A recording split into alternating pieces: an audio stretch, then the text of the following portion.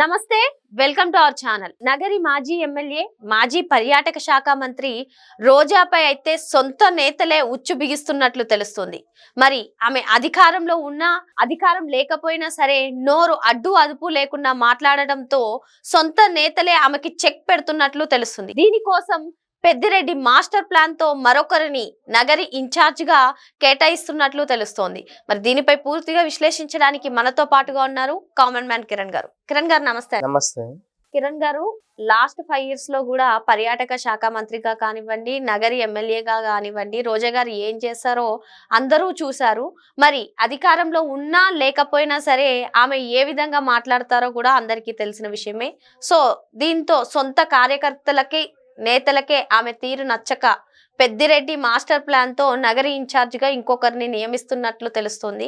ఏంటండి మరి దీనిపై మీ విశ్లేషణ ఏంటి? 2019 నుంచి 24 దాకా ఈ రోజా కానీ రజనీ కానీ వాళ్ళు మహిళలు అనేది మర్చిపోయి ఏ రకంగా బరి తెగించి, ఇక బరి తెగించిన ఆడది ఎలాగ మాట్లాడుతుందో వీళ్ళిద్దరూ కూడా అలాగే మాట్లాడారు, అలాగే చేశారు. ఇక నగర ఎమ్మెల్యేగా, పర్యాటక శాఖ మంత్రిగా చేసింది ఏమీ లేకుండా ఆ ఋషికొండ మీద అక్రమ కట్టడం కావచ్చు, అలాగే తిరుపతి టికెట్లు 300ని 3000కి అమ్మటం కావచ్చు, ఎర్రచంద్రం కావచ్చు, కబ్జాలు కావచ్చు.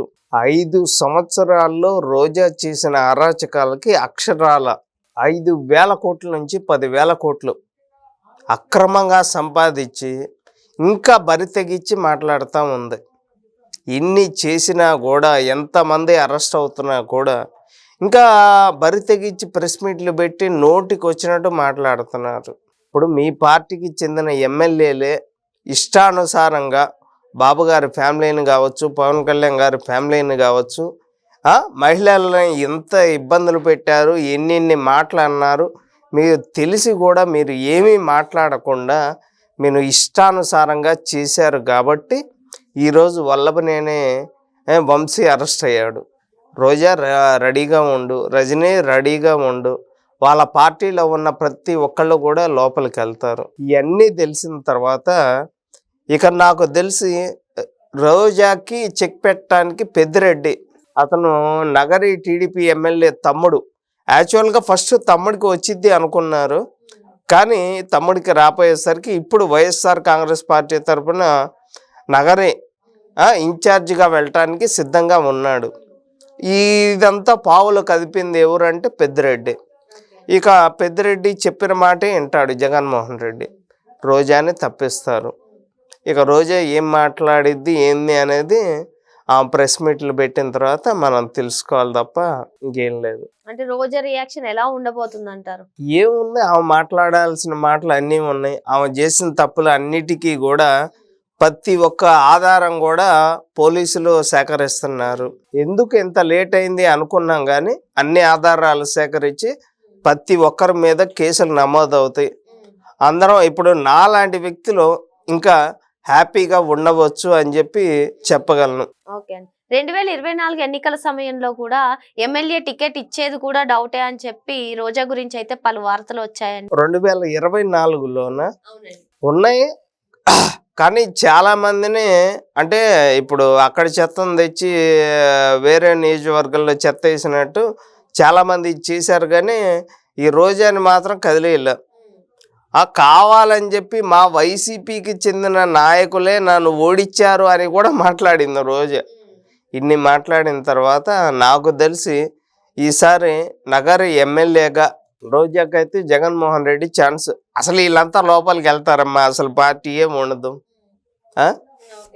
అది పరిస్థితి. అంటే 2029 ఎన్నికలు వచ్చే సమయానికి పార్టీయే కనుమరుగైపోతుంది, ప్రతిపక్షమే లేకుండా పోయింది. ఇంకే ప్రతిపక్ష హోదా, ప్రతిపక్షం అనేది లేదు.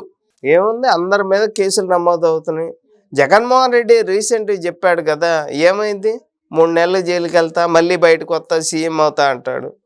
ఇన్ని కేసులు ఉన్నోడు జైలుకి వెళ్తా, బయటకు వస్తా, సీఎం అవుతా అంటే చదువుకున్నోడు పరిస్థితి ఏంటి, ఉద్యోగస్తుల పరిస్థితి ఏంటి, రాష్ట్ర ప్రజల పరిస్థితి ఏంటి?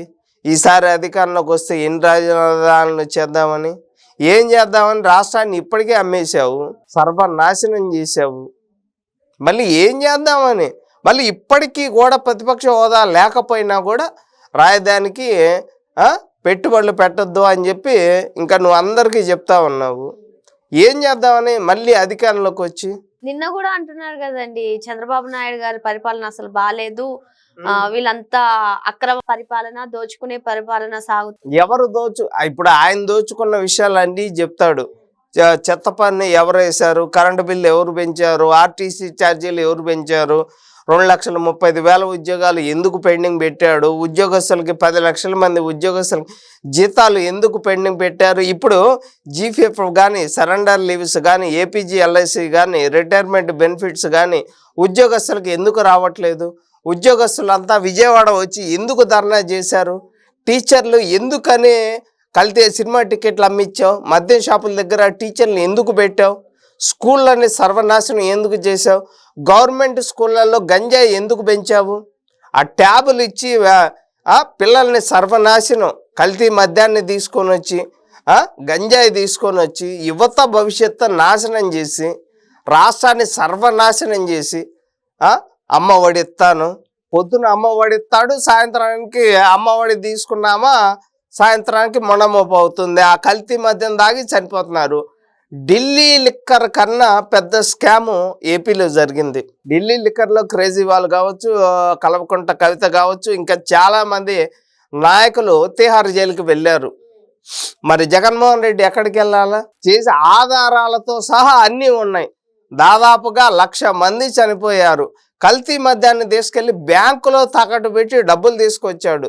మరి నువ్వు చేసిన ఘోరాలు అన్నీ ఇన్ని కాదు, 1, 2 కాదు. నాకు తెలిసి జగన్మోహన్ రెడ్డి లోపలికి వెళ్తే జీవితాంతం బయటకు రాడు.